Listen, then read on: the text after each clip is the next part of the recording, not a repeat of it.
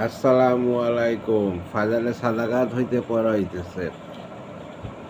এই বিষয়ে কয়েকটি রেওয়াত পূর্বে উল্লেখ করা হইয়াছে।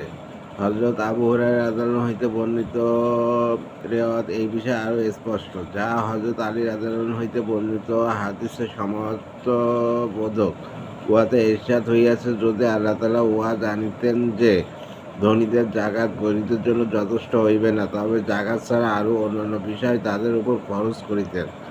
কাজেই এখন যদি গরিবরা ক্ষুধার্ত থাকে, তবে ধনীদের জুলুমের কারণে থাকে কানাস, অর্থাৎ ধনীরা জাকাত পরিপূর্ণভাবে আদায় করে না, বিধায় গরিবরা ক্ষুধার্ত থাকে।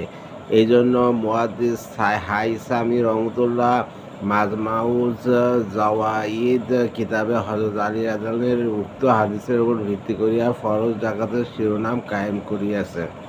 বরং তিনি উক্ত অধ্যায়কে এই হাদিস দ্বারাই শুরু করিয়াছেন, যা দ্বারা জাকাত উদ্দেশ্য হওয়া স্পষ্ট হইয়া যায়। কানজুল উম্মাল কিতাবের লেখকও এই কারণেই উক্ত হাদিসকে জাকাতের অধ্যায়ে উল্লেখ করিয়াছে। ধন্যবাদ।